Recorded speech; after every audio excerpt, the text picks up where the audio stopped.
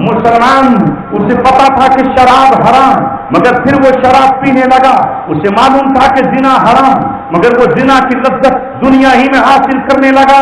نتیجہ ایک دن یہ ہوا کہ 1917 ہی میں، جس کا میں نے ذکر کیا ہے، ایک طرف کمیونسٹ کے نام سے لینن اور مارکس جو یہودی تھے انہوں نے فوج تیار کر لی، اور سرخ انقلاب کے نام سے اسلامی ریاستوں کو مٹانے کے لیے بالشویک انقلاب آ گیا جو USSR کے نام سے دنیا میں مشہور ہوا۔ یہی 1917 تھی کہ یہ برطانیہ کی فوجیں فلسطین میں داخل ہوئی، اسی فلسطین میں جہاں ان سے سن 37 ہجری میں عمر ابن خطاب نے فلسطین لیا تھا، اور پھر جب دوبارہ سے صلاح الدین ایوبی نے اس کو صلیبیوں سے 1187 میں لیا تھا، تو 1917 میں یہاں جب برطانیہ کا بن گوریون داخل ہوا تو اس نے کہا آج صلیبی اور عیسائی جنگیں مکمل ہو گئی، اس لیے کہ ہم نے جنگ لڑی اسی لیے تھی کہ ہماری فوجیں مسجد اقصی، بیت المقدس، ارض شام پر قبضہ کرنے۔ ابھی اسرائیل بنا نہیں تھا، اسرائیل کے بننے سے اور 50 سال پہلے، 51 سال پہلے جب انہوں نے اپنا قدم رکھا تھا، اسی وقت انہوں نے یہودیوں سے یہ کہہ دیا تھا کہ یہ ملک ہم تمہیں دیں گے۔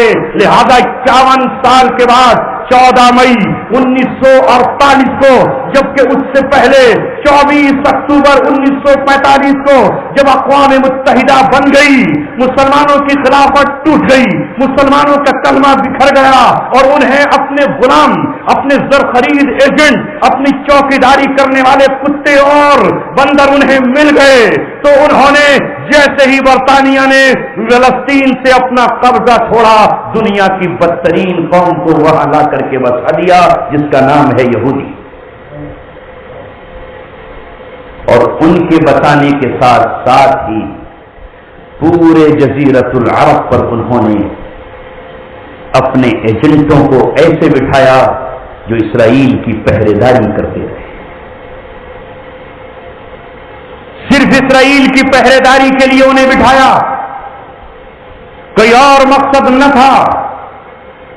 وہ ملک شام جو خلافت عثمانیہ میں صرف ایک صوبہ ہوا کرتا تھا، وہ جزیرۃ العرب جو مسلمانوں کی اور اسلام کا مرکز ہے، اس کے ٹکڑے ٹکڑے کر دیے گئے، اور شام 4 ٹکڑوں میں بانٹ دیا گیا۔ اسرائیل کے تحفظ کے لیے سب سے مقدس علاقے پر یہودی آئے، اس سے قریب کے علاقے پر جو سیریا ہے، یہاں فرانس کا قبضہ تھا، اس فرانس نے اس وقت تک قبضہ نہیں چھوڑا جب تک اس سرزمین کو اپنے ایجنٹوں کے سپرد نہیں کر دیا، یہاں تک کہ 1966 میں یہ خاندان حکمراں بنا جو آج خون کے دریا وہاں پر بہا رہا ہے، اور یہ نصیری شیعہ۔ اس وقت 3 شیعوں کا نام آپ سن رہے ہوں گے، شام میں نصیری ہیں، یمن میں حوثی ہیں، اور عراق اور ایران میں صفوی ہیں۔ یہ صفوی وہی ہیں جن کی حکومت ایران میں 1502 میں قائم ہوئی، اور انہوں نے اہل سنت والجماعت کا اتنا قتل عام کیا ہے کہ تاریخ اس کی مثال پیش نہیں کر سکتی۔ برابر میں جارڈن جو فلسطین کا تحفظ کل بھی کرتا تھا اور آج بھی کر رہا ہے، وہ ان کے سپرد کیا گیا جنہوں نے خلافت عثمانیہ کو ختم کرنے کے لیے شریف حسین نے جو اپنی فوج بھیجی تھی خلافت سے لڑنے کے لیے، اس کے ایک بیٹے کو وہ دے دیا، اور وہی خاندان آج تک وہاں حکمرانی کرتا ہے۔ اس کے برابر میں عراق، وہاں اپنے لوگ بٹھا دیے، اور دیکھتے ہی دیکھتے وہاں کچھ انقلاب لائے گئے۔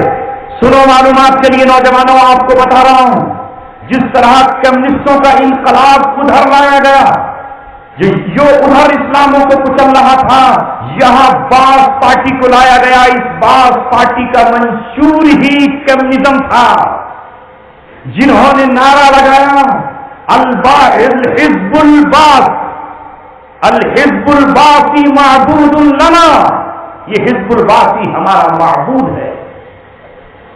یہ سب کے سب کمیونسٹ تھے، یہی وہ لوگ تھے جنہوں نے رشیا کا ساتھ پکڑا اور آج تک اسی کے ساتھ ہیں۔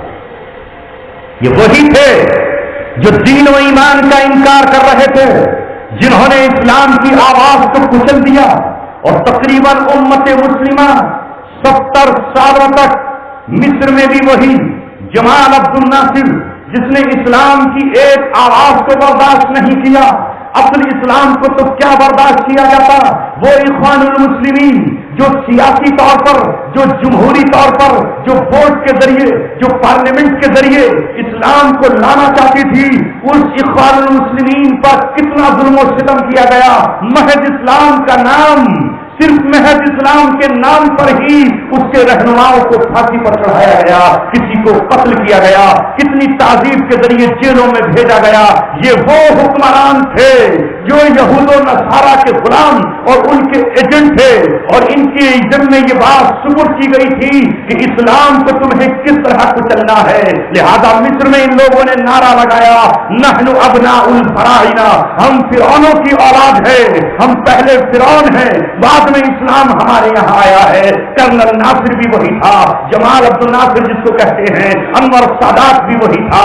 یہی وہ لوگ تھے جنہوں نے محض رسمی طور پر اسلام کو برداشت نہیں کیا۔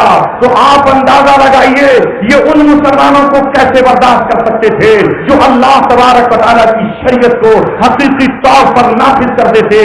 ادھر یہ بٹھائے گئے، ادھر اور آگے چلے آئیے تو آل سعود کو بٹھا دیا گیا۔ ہاں یہ وہی آل سعود ہے جن کے کنگ عبد العزیز نے اقرار نامہ لکھ کر یہودیوں کو دیا، اقر الف مرہ، اقر الف مرہ، میں 1000 بار اقرار کرتا ہوں کہ فلسطین کی زمین میں نے مظلوم یہودیوں کو دی۔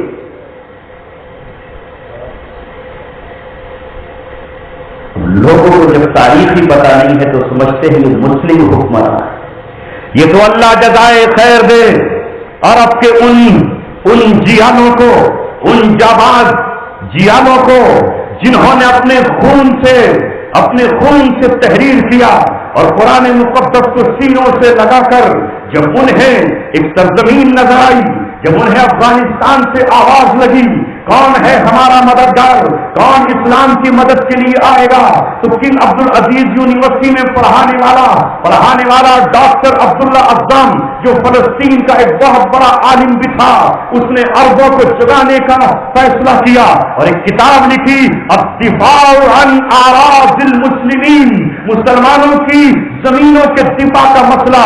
اور سب سے پہلے قلم اٹھا کر اس نے یہ کہا کہ افغانستان کا مسلمان مظلوم ہے، وہ پوری دنیا کو پکار رہا ہے، اور قرآن کہتا ہے وَإِنِ اسْتَنصَرُوكُمْ فِي الدِّينِ فَعَلَيْكُمُ النَّصْرُ، اگر دین کی بنیاد پر مسلمان تم سے مدد مانگے تو ان کی مدد کے لیے جاؤ۔ لہذا انہوں نے اس وقت پوری امت پر جہاد کے فرض عین ہونے کا فتویٰ دیا، خود اپنے بیٹوں کو لے کر اور عرب نوجوانوں کو لے کر وہ کبھی عراق گئے، کبھی فلسطین گئے، تو کبھی وہ جارڈن گئے، تو کبھی وہ سعودی عرب گئے، مسجدوں میں کھڑے ہو گئے اور کھڑے ہو کر انہوں نے کہا ایھا الشباب یا معشر الشباب یا ابناء الصحابہ، اے صحابہ کے بیٹو، یا ابناء الانبیاء، اے انبیاء کے بیٹو، یا ابناء الرسول، اے رسولوں کی اولادوں، یا ابناء العرب، اے عرب کے بیٹو، هل انتم تريدون الجنہ، کیا تم جنت کے مترالے ہو، کیا تم جنت کے شہدائی ہو؟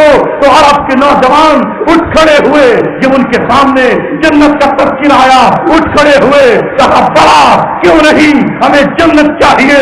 تو عبداللہ اعظم نے کہا ان الجنت فی ھذا اليوم وفی ھذا الزمان وفی ھذا العہد فی افغان، چلو جنت افغانستان میں بک رہی ہے، لٹ رہی ہے۔ کون ہے جو لوٹنے کے لیے جائے؟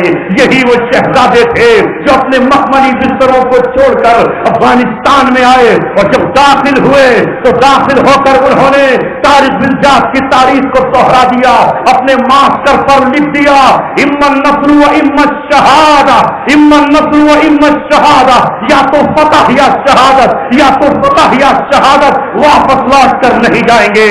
اور کہہ دیا ہر ملک ماں ملک خدا ماں یہی عرب کے جیالے تھے، یہی فلسطین کے نوجوان تھے، یہی مکہ اور مدینہ کے رہنے والے تھے جو افغان کے محاذوں پر ڈٹ گئے اور انہوں نے قسمیں کھائی کہ اے روح جب تک تجھے اس سرزمین سے واپس نہیں نکال دیں گے ہم انصار، ہم مہاجر بن کے آئے ہیں، افغان ہم انصار ہیں، ہم آج کے مہاجر ہیں۔ مہاجرین و انصار میں زیادہ دن نہیں لگے، صرف 10 سال لگے۔ ہاں مدینے کی 10 سالہ زندگی کو دوہرایا اور نتیجہ یہ ہوا کہ 25 فروری 1989 کو دنیا کی وہ سپر پاور طاقت جس کے سامنے ساری دنیا کھڑی ہوئی بندر کی طرح ناچ رہی تھی، جس کے سامنے سارے لوگ کپ کپا رہے تھے، ان انصار اور مہاجرین نے مل کر اسے ایسی شکست پاک دی کہ آج وہ صرف بڑبڑانے کے علاوہ، صرف ویٹو پاور استعمال کرنے کے علاوہ اس پوزیشن میں نہیں ہے کہ اپنی فوج کسی اسلامی ملک میں داخل بھی کرے۔ یہ کس دور کی تاریخ آپ کے سامنے رکھ رہا ہوں جو 20ویں صدی اور 21ویں صدی کی ہے۔ لہذا اے میرے عزیزوں، دوستوں اور ساتھیوں، یہی وہ لوگ تھے جنہوں نے اللہ تبارک و تعالیٰ کے کلام کو سمجھا اور پھر یہ کہا کہ ہمارا نبی پوری دنیا کو غلامی سے آزاد کرانے آیا تھا۔ نتیجہ یہ ہوا کہ 1989 میں رشیا تو ختم ہو گیا، مگر اب دنیا کا سپر پاور امریکہ بن گیا اور اس نے اب سوچا کہ اب میرا مد مقابل کون ہے، لہذا اس نے وہ نعرہ لگایا جو ہر فرعون لگا چکا ہے، جو ہر نمرود لگا چکا ہے، جو ہر شداد لگا چکا ہے، من اشد منا قوہ، ہم سے زیادہ طاقتور کون ہے۔ کل جو لوگ رشیا کے ساتھ تھے وہ بھی ڈر کے امریکہ کے ساتھ پہنچ گئے۔ 1989 کے بعد جب 1990 آیا تو اس نے کہا کہ اب ہم دنیا کے بے تاج کے بادشاہ ہیں، ہم جہاں چاہیں گے وہاں جائیں گے۔ لہذا اس نے رخ کیا اس سرزمین کا جہاں جانے کا خواب رشیا دیکھ رہا تھا۔ لہذا یہ اپنے ایجنٹوں کے سہارے، انہی رازیوں کے سہارے، انہی غلاموں کے سہارے، انہی عرب پالتو اپنے کتوں کے سہارے یہ سرزمین عرب پر داخل ہو گیا اور براہ راست وہاں پہنچ گیا۔ ابھی عرب اپنے زخم کو بھول نہ پائے تھے، مجھے معلوم تھا کہ مجھے کون روک سکتا ہے میرے استقبال کے لیے۔ عرب حکمراں پہلے سے بیٹھے ہوئے ہیں۔ 1990 میں اس نے اپنی فوج اتار کر یہ کہا کہ اب جزیرۃ العرب بھی ہمارا ہے، جو دنیا کا قلب بھی ہے، جو پوری دنیا کا قبلہ بھی ہے، جو اسلام کا مرکز بھی ہے۔ اب کون ہے جو ہمیں چیلنج کر سکتا ہے؟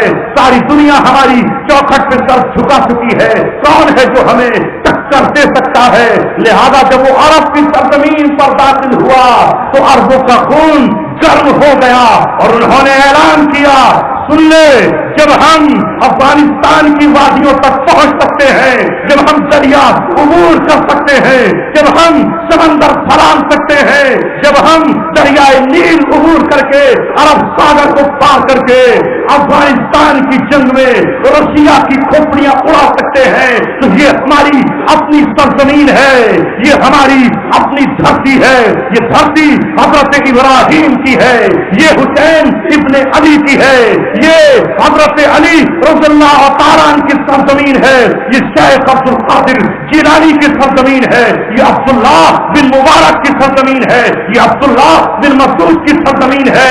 سن، یہ زمین آقا اور حضرت مسنہ کی ہے، یہ سرزمین رسول اللہ کے مانو سعد بن وقاص کی ہے، یہ سرزمین حضرت خالد بن ولید کی ہے، یہ سرزمین صلاح الدین ایوبی کی ہے۔ یہ تکریت شہر صلاح الدین ایوبی کا ہے، یہ شہر نور الدین زنگی کا ہے، یہ موصل نور الدین زنگی کا ہے۔ اٹھ کھڑے ہوئے اور آواز لگائی کہ یہ چنگاری جو عراق سے شروع ہوئی ہے، دنیا کے صلیبیوں یہودیوں کل بھی اسی میدان میں ہمارے اسلام کے جرنیل صلاح الدین الدین ایوبی نے تمہیں وہ شکست دی تھی جسے تم 1000 سال تک نہیں بھول سکے تھے.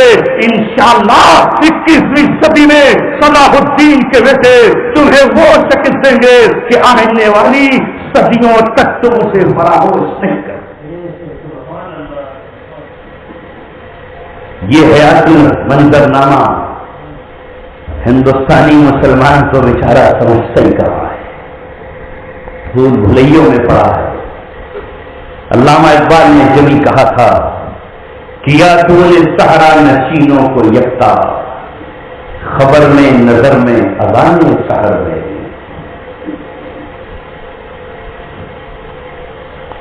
دنیا کو جس کی تلاش تھی وہ سوز پایا انہی کے جگر میں. لہذا اللہ تبارک و تعالیٰ نے پھر سے ان کو اٹھا کھڑا کیا اور آج صلیبیوں کو پسینے چھوٹے ہوئے. سرزمین جس طرح کل کسرا سے واپس لی تھی آج کے موجودہ کسرا سے واپس لی جائے. جس طرح کل رومیوں سے واپس لی تھی پھر واپس لی جا رہی ہے, کیونکہ بدنصیبی سے عرب پھر سے باز گزار ہو گئے. جیسے رسول اللہ کی آمد کے وقت باز گزار ہوئے تھے. 75% تیل وہ لے جاتے ہیں, 25% ان کو دے جاتے ہیں, اور یہ 25% تیل سے ڈانس کرتے ہیں, ناچتے ہیں, اور اپنی بیٹیوں کو ہگنے کے لیے سونے کے پہلے پر بیت الخلا دیتے.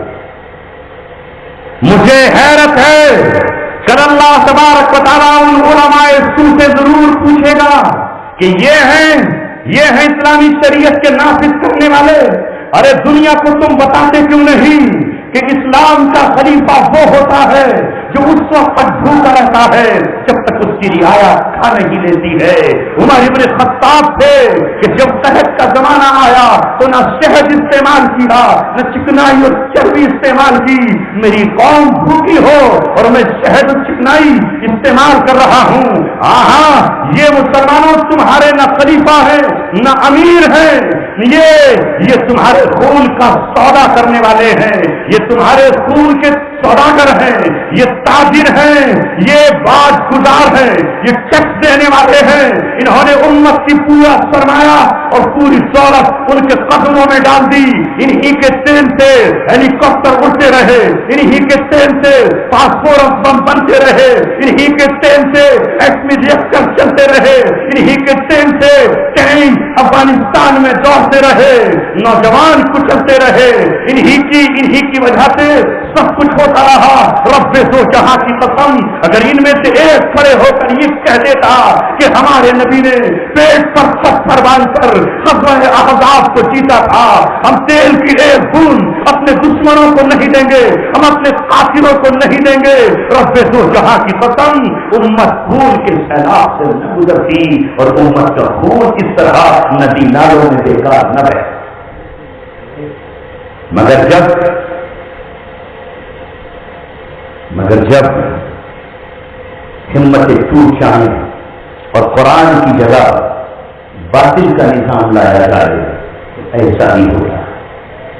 اب دیکھا آپ نے, ارے تم کہتے ہو فلاں نے یہ کہہ دیا, فلاں نے یہ کہہ دیا. سعودی عرب کا بہت بڑا مفتی ہے. آپ کو یہ بھی معلوم ہونا چاہیے کہ سعودی عرب کا جو مفتی ہوتا ہے سب سے بڑا وہ اندھا ہی ہوتا ہے.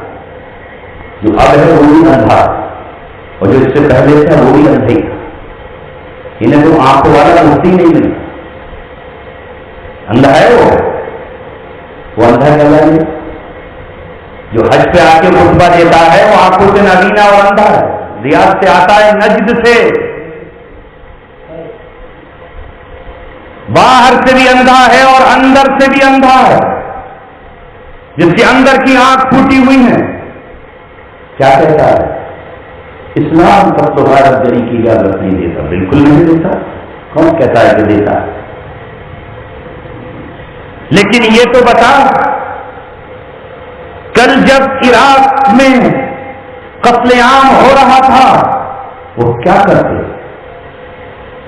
کرتے؟ جس کی بہن بیٹی اٹھا لی جائے وہ کیا کرے، جس کی مسجدیں توڑ دی جائیں وہ کیا کرے؟ اب کیوں بیٹھا ہوا ہے؟ اب تو تیری حکومت یمن میں قتل کر رہی ہے، ابھی دہشت گردی نہیں ہے؟ ارے اب تو اس کی حکومت، کیونکہ اب اس کا باپ امریکہ پرمیشن دے رہا ہے، اب نہیں ہے، یہ کیوں قتل کر رہا ہے؟ ابھی تو یمن کا کوئی داخل ہی نہیں ہوا، یہ پھر کیوں قتل عام کر رہا ہے؟ ظاہر ہے کہ یہ وہ لوگ ہیں جن کے بارے میں نبی پاک صلی اللہ علیہ وسلم فرما چکے ہیں کہ ایک زمانہ ایسا آ جائے گا دعاۃ علی ابواب جہنم، کہ یہ جو دعوت دینے والے ہیں یہ جہنم کے دروازوں پر کھڑے ہوں گے، اگر تم نے ان کی بات مان لی، ان اطعتموہم، اگر تم نے ان کی بات مان لی، فذفوہا، تو تمہیں جہنم میں پھینک دیں گے، ان کی بات ہرگز ہمیں نہیں ماننی ہے۔ اللہ کے رسول صلی اللہ علیہ وسلم اپنی پوری امت کو دفاع کا حق دے کر گئے ہیں اور یہ بتا کر گئے ہیں کہ جب تمہارے شہر پر یا تمہارے ملک پر یا تمہارے گھر پر یا تمہاری چوکھٹ پر کوئی دشمن آ جائے تو اپنی جان کی حفاظت کے لیے اٹھ کھڑے ہو، اپنے مال کی حفاظت کے لیے اٹھ کھڑے ہو۔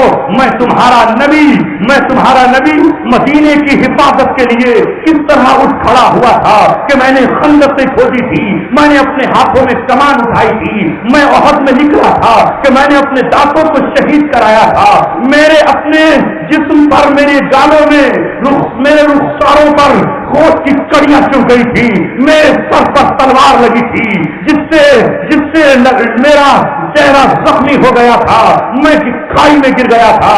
ہاں میں زخمی ہوا ہوں، میں شہر مدینہ کی حفاظت کے لیے اپنے 70 صحابہ کو شہادت کا منظر دکھا چکا ہوں، میرا چچا ٹکڑے ٹکڑے ہوئے پڑا تھا، میرا دیوانہ، میرا عاشق اور میرا چاہنے والا مصعب بن عمیر خون میں تڑپا ہوا تھا، جلیبیب جس کی شادی کے لیے میں نے بھیجا تھا وہ میرے دفاع میں آیا تھا، اور میں جب لاشوں کو ڈھونڈ رہا تھا تو جلیبیب کے چہرے پر مٹی لگی ہوئی تھی، گرد سے اٹا ہوا تھا۔ رسول اللہ نے جلیبیب کو اٹھایا، صحابہ سے پوچھا میرا جلیبیب کہاں ہے؟ جو نکاح کے لیے گیا تھا، وہ نکاح کی تیاری کر رہا تھا، کسی نے مدینہ میں خبر اڑا دی، ارے جن کا بازار گرم ہو گیا ہے، رسول اللہ زخمی ہو گئے ہیں۔ جلیبیب نے اپنی خوبصورت حسین بیوی کو چھوڑا جو اس وقت انصار مدینہ کی سب سے خوبصورت بیٹی تھی، اور آ کر رسول اللہ کے دفاع میں کھڑا ہو گیا، 7 کافروں کا قتل کیا۔ اس کے بعد طرف اٹھا، رسول اللہ کے قریب آئے اور اٹھا کر اپنی ران پہ اس کا سر رکھ لیا، جلیبیب کے سر سے مٹی کو الگ ہٹایا اور کہا جلیبیب انت منی وانا منک، انت منی وانا منک، انت منی وانا منک، جلیبیب میں تجھ سے ہوں تو مجھ سے ہے، میں تجھ سے ہوں میں تجھ سے ہوں تو مجھ سے ہے۔ تو نے اسلام کے دفاع میں دنیا کی بیوی کو چھوڑا ہے، آج جا جنت کی حوریں تیرے لیے سج دھج کے بیٹھی ہوئی۔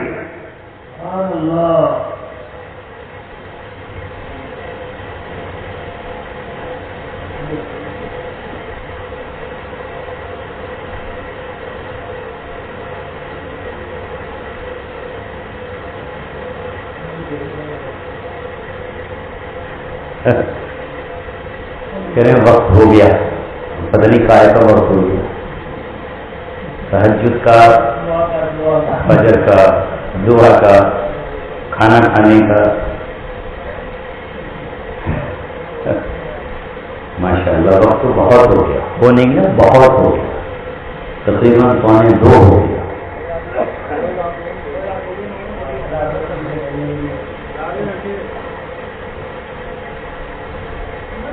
اللہ تبارک و تعالی جذبوں سے ان لوگوں کی وجہ سے بات کہوا دیتا ہے، ورنہ تو روزانہ یہ حال۔ خیر، میں ہی عرض کر رہا تھا کہ نبی پاک صلی اللہ علیہ وسلم نے اپنے شہر کا دفاع کیا۔ یاد رکھو مسلمانوں، باطل کے کہنے سے کچھ نہیں، اہل عراق ہو یا اہل شام، اہل افغان ہو یا اہل یمن، جس پر بھی باطل طاقت حملہ آور ہو کے آئے گی، وہاں کے رہنے والے جب اپنا دفاع کریں گے تو وہ رسول اللہ کی سنت تبوک، سنت احد اور سنت احزاب کو زندہ کریں گے۔ اس اندھے کے کہنے سے کچھ نہیں ہوگا۔ اگر اس کی آنکھیں ہوتی تو آج اپنی حکومت کو کہتا کہ یمن سے جا کے کیوں بمباری کر رہا ہے، یہ قتل نہیں ہے، مگر چونکہ ذرا غلام ہے، آئے گا اس کا نمبر بھی، آئے گا اس کا نمبر بھی۔ اللہ تبارک و تعالیٰ کا فیصلہ ہے کہ جب کوئی ایک قوم اللہ تعالیٰ کا پرچم نہیں اٹھائے گی تو اللہ اس کی جگہ دوسروں کو لے کر آئے گا۔ اللہ مجبور و معذور نہیں ہے۔ اللہ اپنے کلمے کو کب تک زمین پر پڑا ہوا دیکھتا، اللہ کب تک اپنے جھنڈے کو زمین پر گرا ہوا دیکھتا۔ لہذا اللہ تبارک و تعالیٰ نے فیصلہ کر لیا اور روئے زمین کے تمام چنندہ لوگوں کو، کوئی ایک نہیں، پوری روئے زمین کے چنندہ لوگوں کو اللہ تبارک و تعالیٰ نے ایک جگہ پر بالکل اسی طرح جمع کر دیا جیسے 1450 برس پہلے مدینہ کی سرزمین پر جمع ہوئے تھے۔ اور جب یہ مدینہ میں جمع ہونا شروع ہوئے تھے تو اس وقت دنیا یہ سمجھ رہی تھی کہ ہے کتنی دیر کے، ایک لقمہ بھی نہیں ہے، ایک بھکی کے بھی نہیں ہے۔ ابو جہل یہی تو کہتا ہوا آیا تھا، شترو ملک کے پر لگا کر ناچنے گانے والی لونڈیاں لے کر آیا تھا، پیروں میں گھنگرو بندھا کر تیار کر کے طوائفوں کو لے کر آیا تھا کہ ارے اب مٹا کر اور آب شراب کے جام پیوں گا، تمہیں گانے گانا ہے، میں وہاں جشن مناؤں گا۔ جشن کی پوری تیاریاں تھی، پوری تیاریاں کرنے کے بعد آیا تھا، مگر اسے یہ پتا کہا تھا کہ افراد تجھے ناچنے نہیں دے گی، وہ اپنے بیٹوں کو جنم دے چکی ہے، افرا کے بیٹوں نے تیرا سر اور تیرا دھر ناپ لیا ہے، اللہ تعالیٰ فیصلہ کر چکا ہے۔ محمد رسول اللہ نے تیری آمد سے پہلے اپنے صحابہ کو بتا دیا تھا، ہذا مقتل ابی جہل وہذا مقتل شیبہ وہذا مقتل ابی بن کعب وہذا مقتل امیہ بن ابی بن خلف۔ اسے کیا پتا تھا امیہ بن خلف کو کہ کل تو جس بلال کو مارتا تھا وہ آج بلال اتنا طاقتور ہے کہ اس کی مضبوط کلائیوں سے تیری گردن بچ نہیں پائے گی، تو جب واپس آئے گا تو آئے گا ہی کہا، پہلے تیری نظروں کے سامنے تیرا بیٹا ختم ہوگا۔ تاریخ اپنے آپ کو دوہراتی ہے، یہ منظر صرف 13 سال کے بعد 15 سال میں دوہرا دیا گیا۔ آؤ آج بھی 2015 آیا ہے، 2001 میں جنگ کا آغاز ہوا تھا اور امریکہ اس کے اتحادیوں نے یہ کہا تھا کہ عراق کی اینٹ سے اینٹ بجائیں گے، یہاں ہم اپنے صلیبیوں کو بسائیں گے اور اسرائیل کی ہم سرحدوں کو نہر دجلہ اور فرات تک لے آئیں گے، مگر اب اللہ تبارک و تعالیٰ نے منظر وہاں الٹا کر دیا ہے۔ کل تم اہل سنت والجماعت کو نارنجی کپڑے پہناتے تھے، اب تمہارے قیدی نارنجی کپڑوں میں ہیں۔ کل تم ان کو پنجروں میں بند کرتے تھے، اب انہوں نے پنجرے بنائے ہیں اور تمہیں پنجروں میں بند کر کے رقہ میں تمہاری پریڈ کرائیں گے۔ کل تم ان پر ننگے بدن ان کو کرتے تھے، وہ تو ننگے بدن نہیں کریں گے، وہ رسول اللہ کے غلام ہیں، لیکن وہ میسج تمہیں ضرور دیں گے کہ اب وقت بدل گیا ہے۔ کل امیہ اوپر ہوتا تھا، بلال نیچے ہوا کرتے تھے اور بدر کے میدان میں امیہ نیچے تھا اور بلال اوپر تھے۔ اللہ تبارک و تعالیٰ خطوں کو بدلتا رہتا ہے۔ کل افغانستان کی سرزمین 1979 سے 1989 تک افغان سرزمین دنیا کے امن پسندوں کا، انصاف پسندوں کا، دنیا کے جانوں کا مرکز تھی۔ انصار و مہاجرین وہاں جمع تھے۔ اب اللہ تبارک و تعالیٰ نے کہا پوری دنیا کی قیادت کے لیے مجھے پھر مرکز ہی سے چننا ہوگا۔ یہ عرب ہی قیادت کر سکتے ہیں، جنہوں نے کل رومیوں کو کچلا تھا، جنہوں نے کل سلطنت کسرا کو کچلا تھا، یہی ہے جو اقوام متحدہ کے قانون کو اپنے پیروں میں رون سکتے ہیں۔ لہذا اللہ نے اب شام کے علاقے کو مرکزیت حاصل کر دی ہے اور یہاں انصار و مہاجرین جمع، اور یہ بننا ہے قیامت سے پہلے۔ اب لوگ اختلاف کر رہے ہیں کہ بھائی کل تک تو ہم طاقت میں تھے، یہ کہاں سے آ گئے؟ اب ظاہر ہی تو ہوتا ہی، کل تک جب بنی اسرائیل کی ٹھیکیداری تھی، خوب کام چل رہا تھا کہ ہم حضرت یعقوب کی اولاد اور حضرت موسیٰ کی اولاد، ہم پہ تورات بھی، انجیل بھی، زبور بھی، یہ کہاں سے آ گئے بنی اسماعیل سے محمد صلی اللہ علیہ وسلم؟ نہیں مانیں گے ان کی بات، یہ کہاں سے آ گئے؟ ٹھیکیداری تو ہماری، پوری قوم ہماری تھی، یہی تو جھگڑا تھا بنی اسرائیل۔ ایک عالم کے سوا بنی اسرائیل کے کسی عالم نے، سنو نوجوانوں، بنی اسرائیل کے کسی عالم نے محمد رسول اللہ صلی اللہ علیہ وسلم کی بات نہیں مانی، یہ بھی بتا کے نہیں دیا کہ یہ وہی ہیں جن کی پیشین گوئیاں ہماری کتابوں میں لکھی ہوئی تھی، بلکہ یہ کہتے رہے نعرے لگانا، یہ وہ نہیں ہے۔ ایک عبداللہ بن سلام ایمان لے کر آئے تو سارے یہودیوں نے انہیں قتل کرنے کا منصوبہ بنایا۔ عبداللہ بن سلام کہتے تھے اگر یہ کلمات جو رسول اللہ نے مجھے سکھائے ہیں نہ ہوتے لجعلتنی الیہود حمارا، تو یہودی مجھے گدھا بنا دے۔ اتنا جادو کیا ان پر، اتنا سحر کیا۔ اچھا ہم تو اس کی مخالفت کر رہے ہیں، تو حمایت میں چلا گیا۔ اتنا پہچانتے تھے، قرآن نے کہا یعرفونہ کما یعرفون ابناءہم، یہ ایسے ہی جانتے ہیں جیسے اپنے بیٹوں کو جانتے ہیں۔ حضرت عمر نے عبداللہ بن سلام سے پوچھا قرآن کی آیت صحیح ہے؟ کہا اس سے بھی زیادہ پہچانتے ہیں، بیٹے میں بھی شبہ ہو سکتا ہے کہ بیوی کہیں سے اور لے ہو، لیکن نہیں مانا۔ حسدا من عند انفسہم، نہیں مانیں گے کیونکہ یہ بنی اسماعیل سے آیا ہے، بنی اسماعیل سے آیا ہے، بنی اسرائیل سے نہیں آیا ہے، نہیں مانیں گے ہم۔ اللہ تبارک و تعالیٰ کے رسول کو نہیں مانا، ان کے مقابلے پر ڈٹ گئے۔ کعب بن اشرف نے نہیں مانا، حیی بن اخطب نے نہیں مانا، ابو رافع نے نہیں مانا، یہ سب کے سب اپنے وقت کے چوٹی کے عالم تھے۔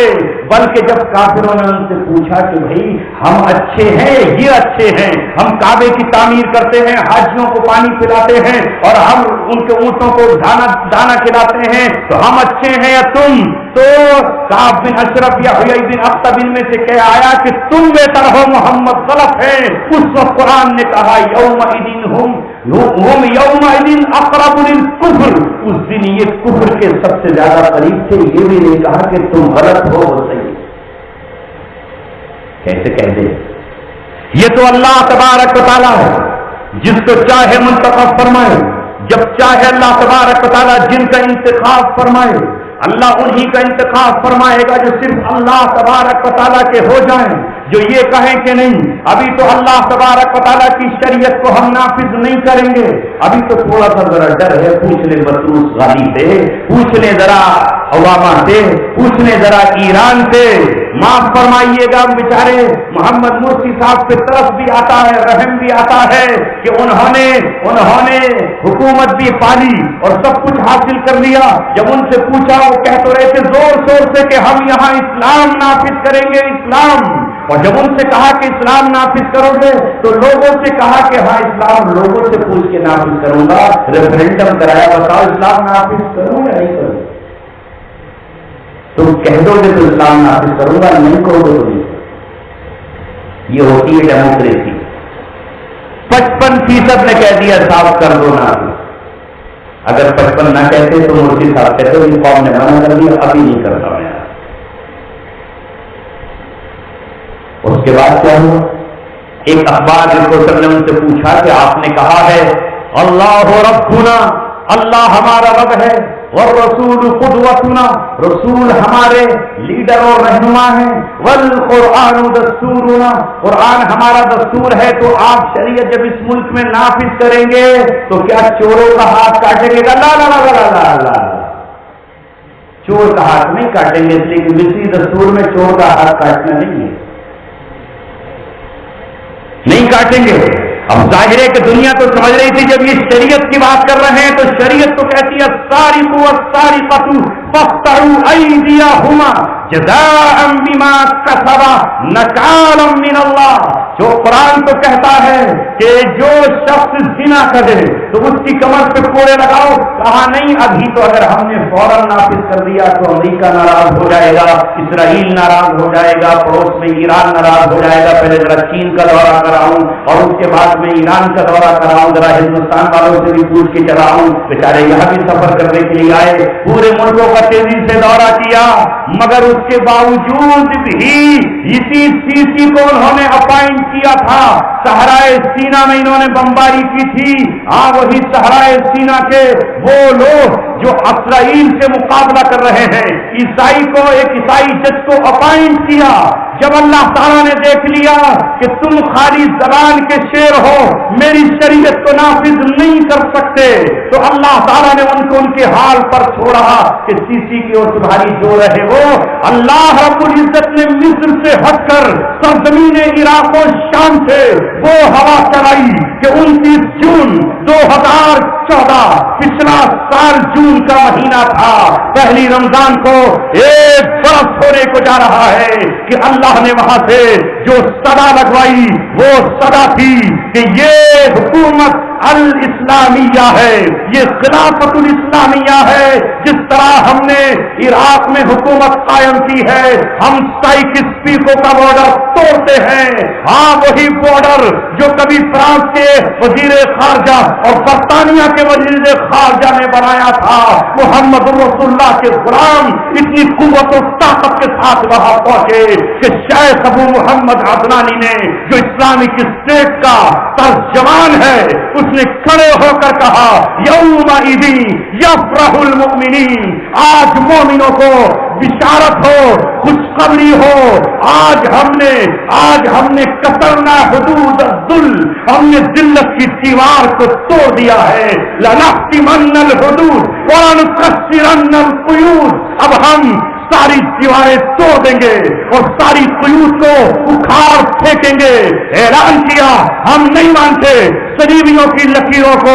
آج سے ادلب سے لے کر کے سیالہ تک یہ وہ سرزمین ہے جسے اسلامی ریاست کہا جائے گا، اور یہاں اللہ تبارک و تعالیٰ کا قانون نافذ ہوگا. چور پہ چور کی سزا وہ لگے گی جو قرآن میں ہے، اور زانی پہ وہ سزا لگے گی جو قرآن. دنیا نے کہا نہیں اب ختم کر دیں گے، اب ختم کر دیں گے، اب ختم کر دیں گے. سال ہونے کو ہے، نہیں کر پاؤ گے ختم، نہیں کر پاؤ، کیونکہ اسی سرزمین کو اللہ تبارک و تعالیٰ نے منتخب کیا ہے. بات آگے بڑھ گئی تھوڑی سی. کہنا یہ چاہ رہا تھا کہ لوگ کہہ رہے ہیں ہم کرتے اس کام کو، کیوں نہیں کیا؟ تم بھی کرتے تھے. اللہ کو پہلے ہی معلوم ہے کہ دنیا کا کوئی خطہ امام مہدی کی حفاظت نہیں کر سکتا. کتنا ہی ہم کہہ رہے ہیں ہم نے تو سب کی حفاظت کی ہے، نہیں کر سکتا. تبھی تو اللہ نے ملک شام ان کا ہیڈ کوارٹر بنایا ہے. جس طرح اللہ جانتا تھا کہ میرے آخری نبی کا تحفظ اگر کوئی قوم کر سکتی ہے تو وہ عرب اور مکہ اور بنو ہاشم ہی کے لوگ ہیں. رومیوں کو کوئی ٹکر دے سکتا ہے تو وہ یہی لوگ ہیں. انہی کو تو علامہ اقبال نے اس وقت کہا تھا جب خلافت ٹوٹ رہی تھی. علامہ اقبال نے اس وقت کہہ دیا تھا اس مرد قلندر کو جانو، اس مرد قلندر کو پہچانو. اے اہل علم، جب تم زبانیں سیلو گے اور جب تم قرآن سے بے وفائی کرو گے تو اللہ اقبال جیسے شخص کے دل کو کھولے گا. اس نے اس وقت کہہ دیا تھا کہ اب عثمانیوں سے اللہ کام نہیں لے گا، اب ایشیا والے نہیں کریں گے. اس وقت وہ کہہ رہے تھے مجھے پتا چل رہا ہے، فرشتوں میں گفتگو ہو رہی ہے کہ کون دوبارہ اٹھے گا. وہ کہہ رہے تھے نکل کے صحرا سے جس نے روما کی سلطنت کو الٹ دیا تھا، سنا ہے تسلیوں سے میں نے وہ شیر پھر ہوشیار ہوگا. وہی جنہوں نے کل صحرا سے نکل کے روما کو الٹا تھا وہ شیر پھر ہوشیار ہوگا. کاش اقبال تیری قبر پہ جا کر آج خراج تحسین پیش کرنے کا موقع مل جائے تو جو تو نے کہا تھا وہی شیر صحرا سے اٹھ کھڑا ہوا، جسے تو نے کہا تھا یہ غازی، یہ تیرے پراسرار بندے جنہیں تو نے بخشا ہے ذوق خدائی، سمت دو نیم ان کی ٹھوکر سے صحرا اور دریا، سمٹ کر پہاڑ ان کی ہے بس تیرائی۔ آہا وہی قوم اب اٹھ کھڑی ہوئی ہے جس نے ببانگ توحل اعلان کیا ہے، جو یہ کہہ رہے ہیں سنؤذن ونصلی بالبیت الابیض۔ وہ وقت آئے گا جس دن ہم وائٹ ہاؤس میں مصلی بچھائیں گے اور نمازیں ادا کریں گے۔ وہ یہ نہیں کہہ رہے ہیں کہ نہیں ابھی یہ مرحلہ آئے گا، ابھی نہیں ان پہ نہیں کرنا ہے، ابھی ان سے بات نہیں کرنی ہے، بلکہ چاروں طرف انہوں نے اعلان کر دیا ہے اے آل سرور تم بھی ہوشیار ہو جاؤ، اے آل یہود تم بھی ہوشیار ہو جاؤ، اور اے مجوسیوں تم بھی اب ایک اور بھیانک جنگ نہا بن کے لیے تیار ہو جاؤ۔ جو توبہ کرے گا تو ہم اپنے نبی کی سنت کو فتح مکہ کی طرح دہرائیں گے، اور جو اٹھ کر آئے گا تو پھر ہم بدر کو دوبارہ سے زندہ کریں گے۔ بدر ثانیہ پھر دنیا دیکھے گی اور دوبارہ سے بہت کا منظر دنیا پھر دیکھے گی۔ اللہ تبارک و تعالیٰ کے وہ معلوم تھا کہ یہی وہ شیر ہے جو حضرت عیسیٰ کا تحفظ کر سکیں گے، اس لیے حضرت عیسیٰ کسی اور جگہ نہیں آئیں گے، وہ اسی ملک شام میں آئیں گے۔ ایسے ویسے ان کی حفاظت تھوڑی کر لیں گے، دجال پیٹ پاٹ کے برابر کر دے گا۔ اب ساری دنیا کو پریشانی یہ ہے کہ صاحب یہ کام تو ہمیں کرنا چاہیے تھا، کر انہوں نے کیوں دیا؟ اللہ جس کو چاہتا ہے اس کو منتخب فرماتا ہے، جس کی قسمت میں اللہ ڈالتا ہے اسے منتخب کرتا ہے۔ بس ہماری تو مجبوریاں یہی ہیں کہ ہم تبوک والے ان صحابہ کی طرح رو سکتے ہیں کہ اے اللہ رونے پر ہی ہمیں ثواب عطا فرما دیجیے، رب کے محبوبوں سے محبت کیجیے، رب کے دشمنوں سے دشمنی کرنا سیکھ لیجیے۔ یہی اسلام کا پیغام ہے، الولا والبراء، اللہ کے دوستوں سے دوستی اور دشمنوں سے اظہار بیزاری، اسی کا نام اسلام ہے۔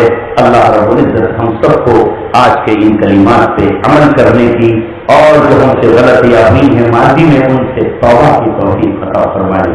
وآخر دعوانا الحمدللہ۔